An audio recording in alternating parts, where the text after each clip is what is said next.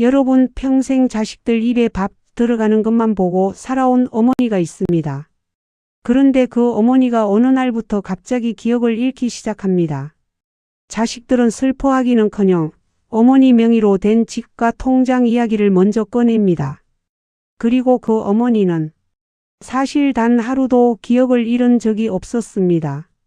지금부터 그 충격적인 이야기를 들려드리겠습니다. 제 이름은 박순자, 올해로 63입니다. 32살의 남편을 사고로 먼저 보내고 시장 골목에서 분식집을 하며 3남매를 키웠습니다.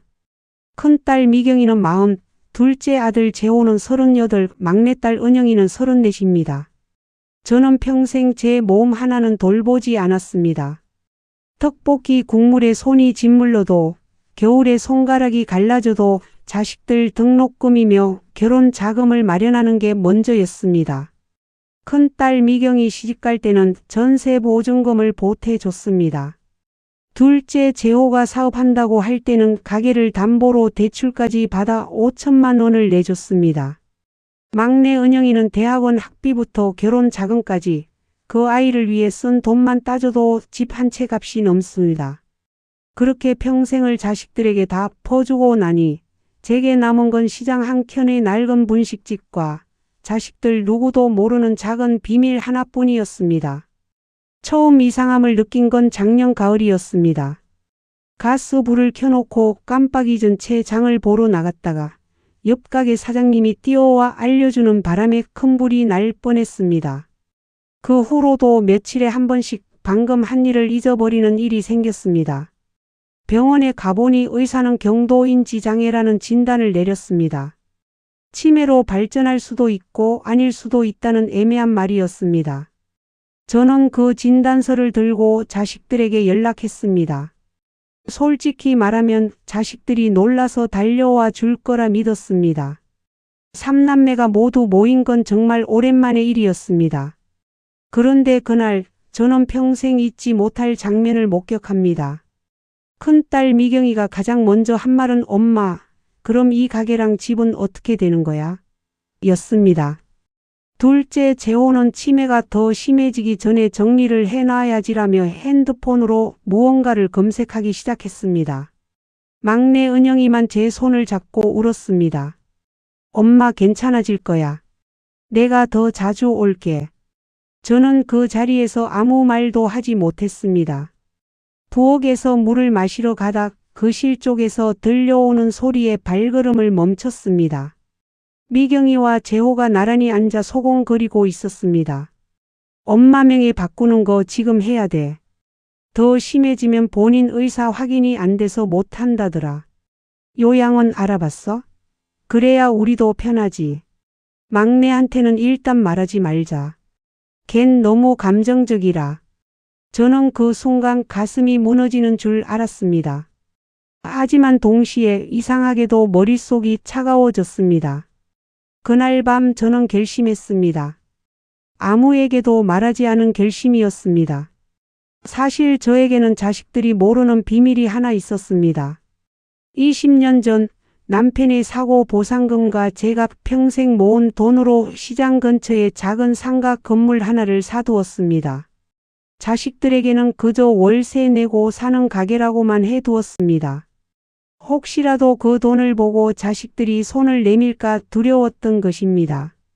그 건물은 지금 시세로 7억 가까이 되고 월세만으로도 생활이 충분한 수준이었습니다. 그리고 저는 사실 기억을 완전히 잃은 게 아니었습니다. 가끔 깜빡하는 일이 늘어난 건 맞지만 의사는 분명히 아직 진행 단계가 아니다라고 했습니다. 그런데 저는 그 진단을 일부러 부풀려 자식들에게 알렸습니다. 제 진심이 의심스러워졌기 때문입니다. 자식들이 진짜로 저를 걱정하는지 아니면 제 재산을 걱정하는지 알고 싶었습니다. 그렇게 저는 치매가 심해지는 어머니 역할을 시작했습니다. 다음 날부터 저는 가끔 같은 말을 2번 하기도 하고 손주들 이름을 헷갈리기도 했습니다. 재호는 짜증스러운 얼굴을 숨기지 않았습니다. 엄마 좀 정신 차려봐. 미경이는 저를 앉혀두고 부동산 서류에 도장을 찍으라고 했습니다. 엄마 편하게 해주려는 거야. 나중에 우리가 골치 아프니까. 저는 손이 떨린다는 핑계로 도장 찍기를 계속 미뤘습니다.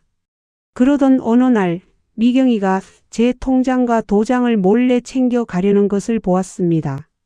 저는 못 본 척 눈을 감았습니다. 가장 마음이 아팠던 건 재호가 어느 요양원에 전화를 거는 소리를 들었을 때였습니다. 네, 어머니가 지금 인지장애가 좀 있으셔서요. 입소 절차가 어떻게 되나요? 그 와중에도 가격을 흥정하는 등 혹시 좀 더 저렴한 방은 없나요? 라고 묻는 목소리를 들었을 때 저는 부엌 바닥에 주저앉아 소리 없이 울었습니다. 평생을 다 퍼주고도 마지막에 짐짝처럼 치워지는구나. 그런데 그 모든 시간 동안 단 한 사람만은 달랐습니다. 막내 은영이였습니다. 은영이는 매주 2번씩 찾아와 제 손톱을 깎아주고 제가 좋아하는 떡갈비를 만들어 왔습니다. 엄마, 오빠랑 언니가 뭐라고 해도 신경 쓰지 마. 엄마는 그냥 엄마 하고 싶은 대로 해. 한 번은 은영이가 제 옆에서 잠들었다가 새벽에 일어나 혼자 중얼거리는 걸 들었습니다. 엄마가 우리 때문에 너무 고생했는데 나라도 잘해야 하는데. 은영이는 형편이 가장 어려웠습니다. 신랑이 작은 공장에서 일하고 아이 둘을 키우며 늘 빠듯하게 살았습니다. 그런데도 제게 손을 내민 적은 단 한 번도 없었습니다. 오히려 제 통장에 몰래 용돈을 넣어두고 가곤 했습니다. 저는 그날부터 결심을 굳혔습니다. 겉으로는 점점 더 심해지는 모습을 보이며 속으로는 차분히 모든 것을 정리했습니다. 변호사를 찾아가 제 명의의 건물과 예금에 대한 공증을 받았습니다. 그리고 미경이와 재호가 요양원 입소 서류와 명예 변경 서류를 완전히 준비한 그날을 기다렸습니다. 마침내 그날이 왔습니다. 미경이와 재호는 저를 거실에 앉히고 서류 한 장을 내밀었습니다. 엄마, 여기 도장만 찍으면 돼. 우리가 다 알아서 할게. 은영이는 그 자리에 없었습니다. 일부러 그 시간에 부르지 않았다는 걸 저는 알고 있었습니다. 저는 천천히 서류를 들여다보았습니다. 그리고 도장이 아니라 미리 준비해둔 다른 서류를 가방에서 꺼냈습니다. 엄마, 그게 뭐야? 미경이가 물었습니다. 저는 또롱또롱한 목소리로 말했습니다. 나 치매 아니다. 거실에 정적이 흘렀습니다. 의사가 그랬어. 아직 진행된 게 아니라고. 깜빡하는 거 좀 늘었다고 해서 내가 너희들 마음 한번 보고 싶었다. 그래서 일부러 더 심한 것처럼 굴었어. 재호의 얼굴이 하얗게 변했습니다. 엄마, 그게 무슨... 그리고 한 가지 더 말해줄 게 있다. 우리가 월세 내고 산다고 했던 그 가게 건물, 그거 20년 전에 내가 산 거다. 지금 7억이 넘는다. 미경이의 손에서 서류가 떨어졌습니다. 너희 둘이 요양원 알아보고 내 통장이랑 도장 가져가려고 한 거 나 다 알고 있었다. 재호, 너 요양원에 전화해서 가격 흥정하는 것도 들었다. 저는 가방에서 변호사가 작성해 준 서류를 꺼내 테이블 위에 올려놓았습니다. 이건 내가 이미 다 정리해 놓은 상속 계획서다. 건물과 예금 대부분은 은영이한테 간다. 너희 둘한테는 이미 줄 만큼 줬으니 이번엔 작은 위로금 정도만 남겨놨다. 재호가 소리쳤습니다.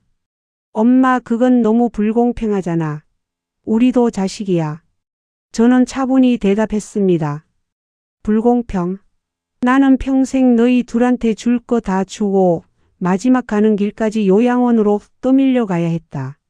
그런데 형편 어려운 은영이는 나한테 용돈을 줬어. 너희가 말하는 공평이 그런 거였니?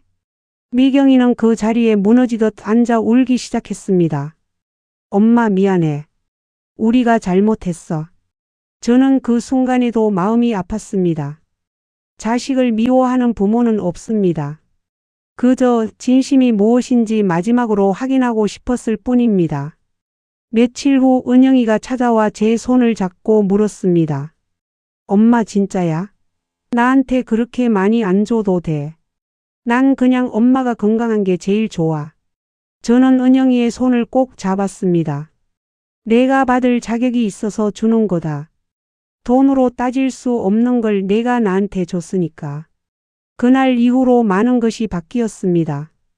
미경이와 재호는 처음엔 서운해했지만 시간이 지나며 조금씩 다시 찾아오기 시작했습니다. 이번엔 무언가를 바라서가 아니라 정말 저를 보러 오는 발걸음이었습니다.